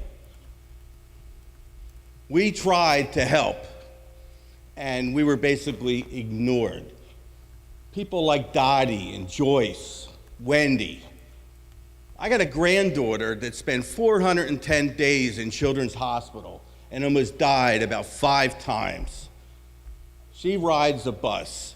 Wendy is her bus driver, okay? None of us are perfect, and I'm sure some of the Hillman's drivers are okay. But let me tell you, a lot of them aren't, and a lot of them don't give a hoot about our kids. And I got a special needs granddaughter. She needs somebody like Wendy, not some random schmo coming from a yard in Berlin or Holcomb and wherever they're at. Again, we tried to fix this problem. We offered to fix this problem, and we were ignored. And now here we are.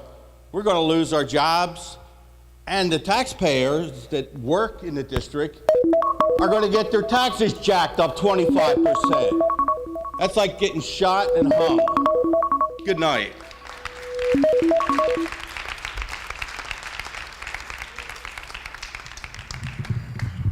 Hello, my name is Sean Crump. I live at 161 Crown Prince Drive.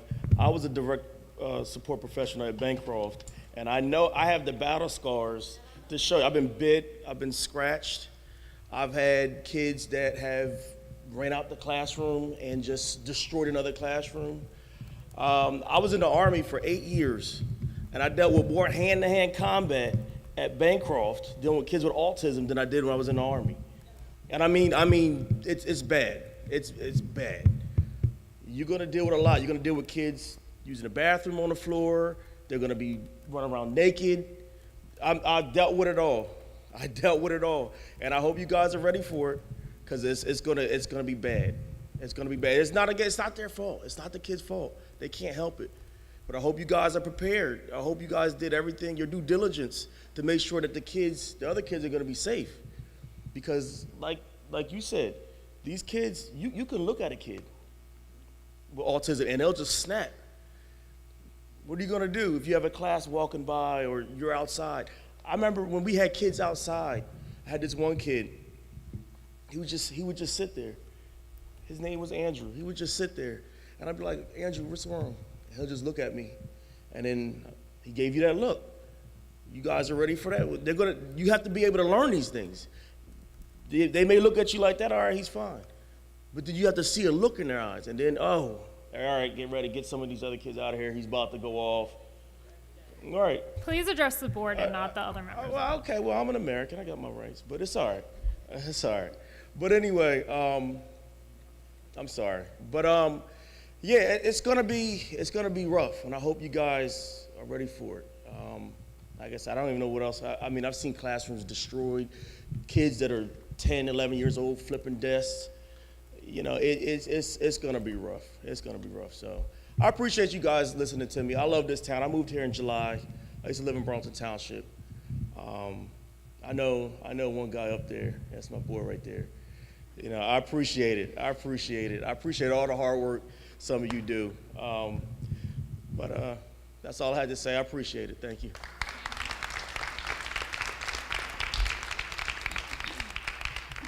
Hi, good evening. My name is Ginger Dietzman.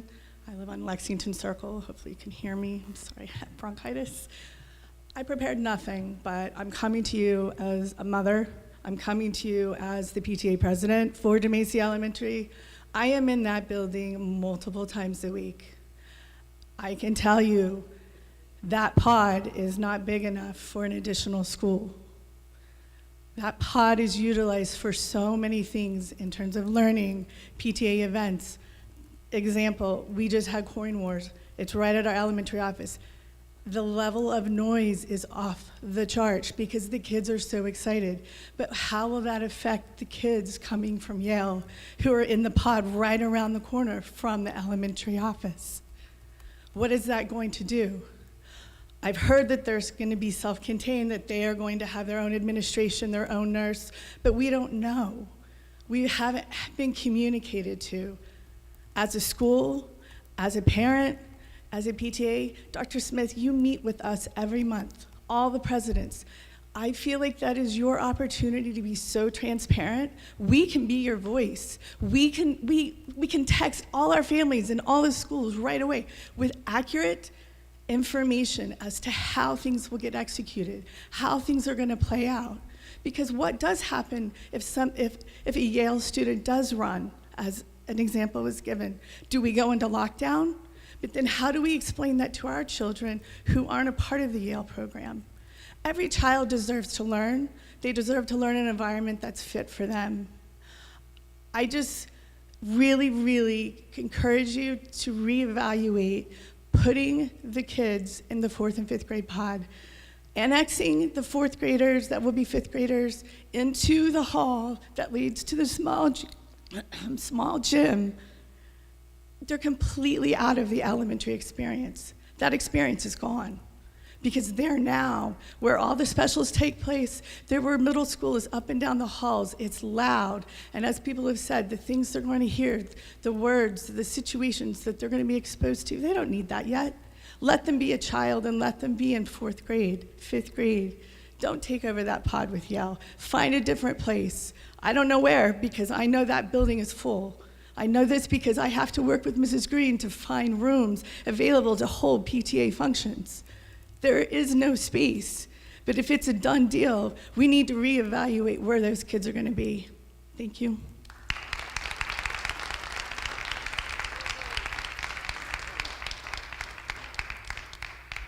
Is there anyone else who would like to comment about the budget?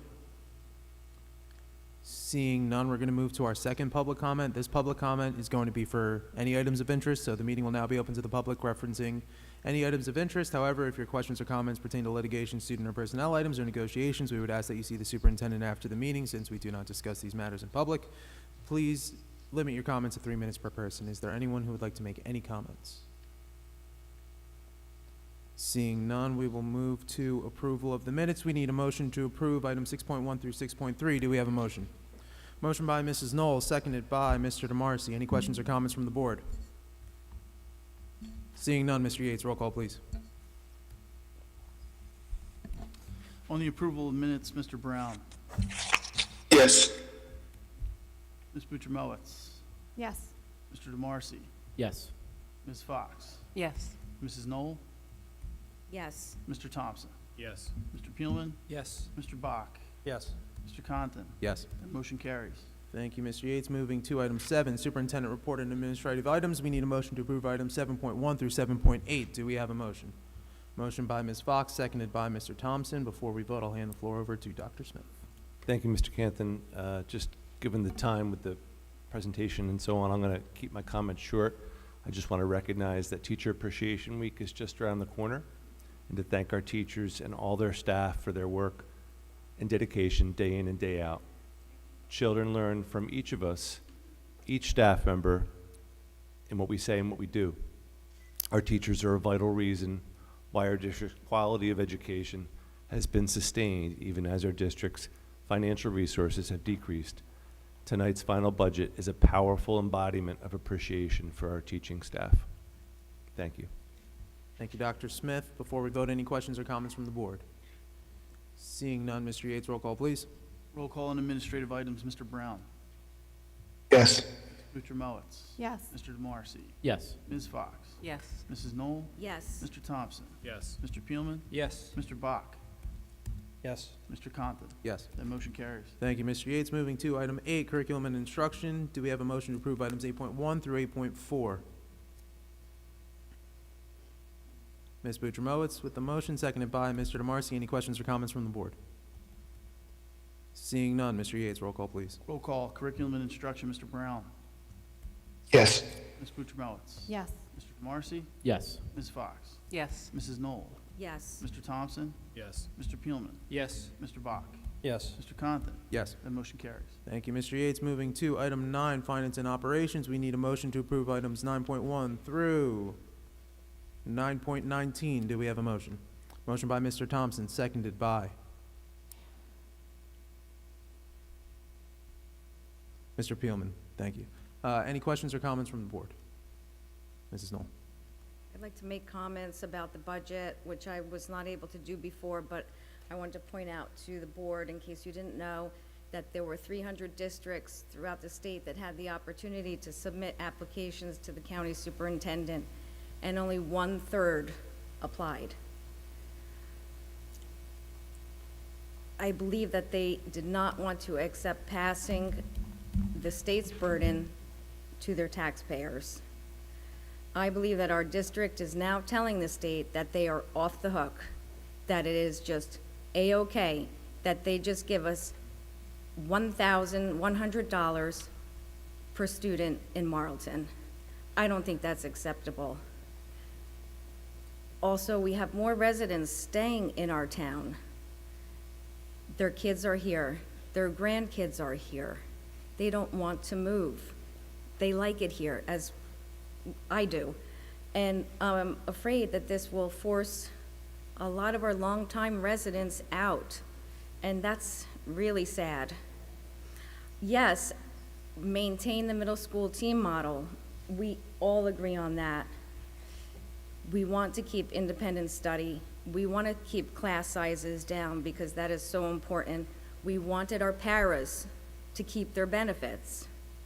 We want to also restore fund balance and other things. But to add in so many additional positions and also take the $7.5 million for capital projects at this time in this uncertain economy, and also on the heels of large increases over the past few years. Did we forget about that? And it wasn't just Evesham Township, it was Lenape Regional, who increased above 2% also last year. So in total, my taxes have increased $1,200 in the past 3 years alone, and now they're gonna go up another $900. That is a lot of money. It really is. I'm sorry, it's just too much. And there was another way, in my opinion. We could have taken some We could have restored what we all agreed upon. We could have even taken some and did some of the capital improvements, the most urgent needs, and we could have gone out to a referendum. We just discussed district goals in March at our board retreat because we needed new ones. We needed updates.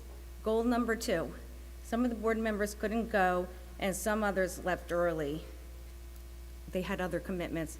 Goal number 2, initiate and complete a district referendum for capital improvements. However, there was a lot of work to be done. A lot of work would have to go into this, but it targeted a fall 2026 bond referendum. And it would be a lot of work between now and then. But this is what was presented to the board, that we needed $80 to $100 million worth of improvements. So I just don't know why we abandoned that idea. The state would match 40%, and I feel like we pre-surrendered. So having said all that, I'm sure you know that I was going to vote no, but I really hope some of you reconsider because there was another way, in my opinion. Thank you.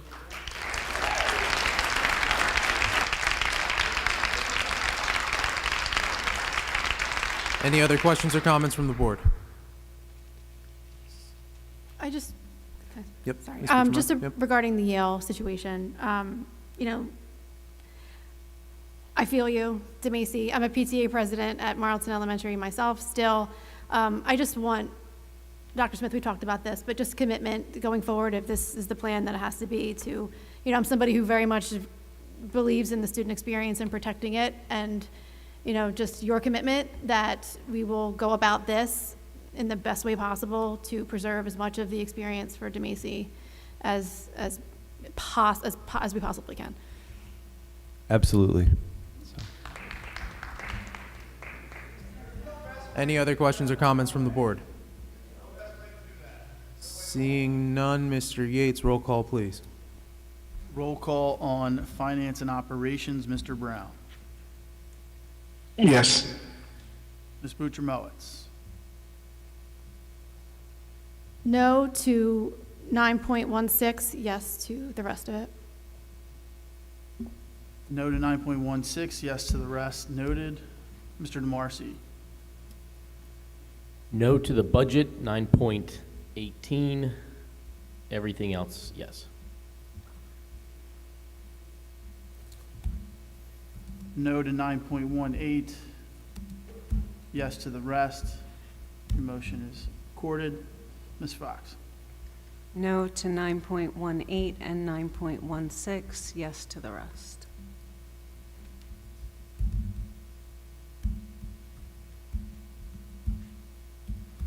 No to 9.16 and 9.18, yes to the rest. Thank you. Mrs. Knoll. No to 9.18, and yes to the rest. No to 9.18, yes to the rest. Thank you. Mr. Thompson. Yes. Mr. Peelman. No to 9.16, yes to the rest. No to 9.16, yes to the rest. Thank you, Mr. Peelman. Mr. Bach. Yes. Mr. Compton. Yes. That motion carries. Thank you, Mr. Yates. Moving to item 10, personnel. We need a motion to approve items 10.1 through 10.11. Do we have a motion? Motion by Mr. Thompson, seconded by Mr. Peelman. Any questions or comments from the board? Seeing none, Mr. Yates, roll call, please. Roll call on personnel, Mr. Brown. Yes. Ms. Bucciarati. Yes. Mr. DeMarcy. Yes. Ms. Fox. Yes. Mrs. Knoll. Yes. Mr. Thompson. Yes. Mr. Peelman. Yes. Mr. Bach. Yes. Mr. Compton. Yes. That motion carries. Thank you, Mr. Yates. Moving to item 11, policy, of which we have none for this meeting. Moving to item 12, committee reports. Are there any committee chairs who would like to share a report? Ms. Fox? Not a report, but I would like to just say one is coming from curriculum. There have been a few parents that I've been speaking with regarding the ELA concerns. I did have an update, and then work got insane and I left the update on my desk.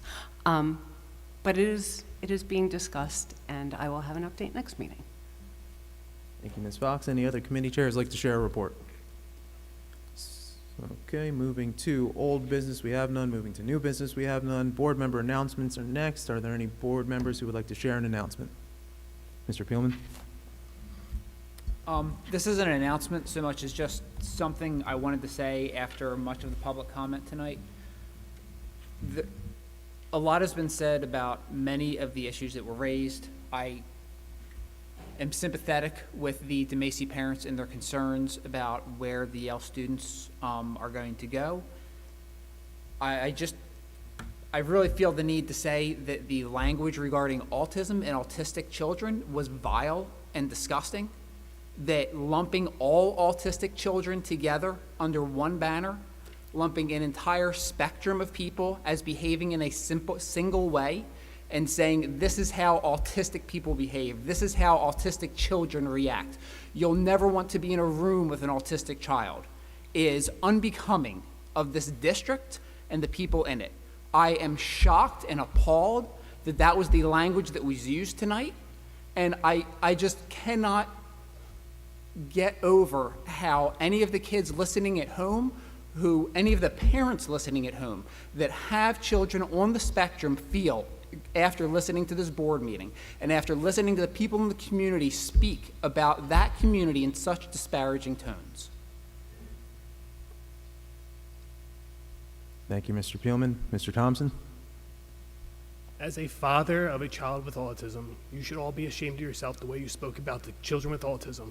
It is a spectrum. It is not just one way of being. It operates many different ways. My child is not a biter, not a hitter. The only thing he's going to do is he's going to attack you with hugs and kisses. You should all be ashamed. Are there any other board members who would like to speak? Mr. DeMarcy? I want to speak more to the budget. Again, I said a lot of it last meeting. I said a lot of it prior to the vote. But I just want to reiterate, our state, our community, we've been in an affordability crisis.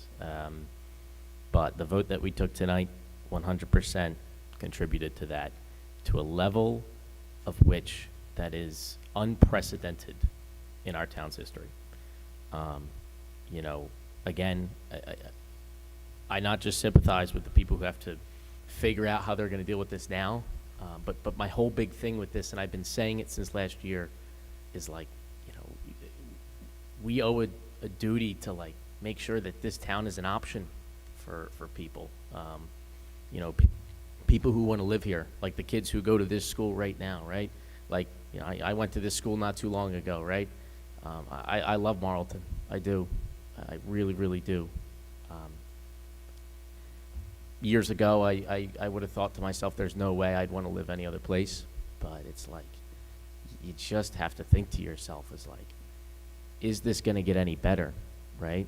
You ask me, this school district shouldn't raise taxes for the next decade or so because of how much we just raised tonight. And to that point, it's now we have no excuse. Now we have to have the best services, the best instructions, the best classrooms, the best teachers, everything, right? Because now it's the old saying, you get what you pay for, right? And people are now paying for it. So I really, really hope that, some actions happen at the state level where Trenton can get its stuff together.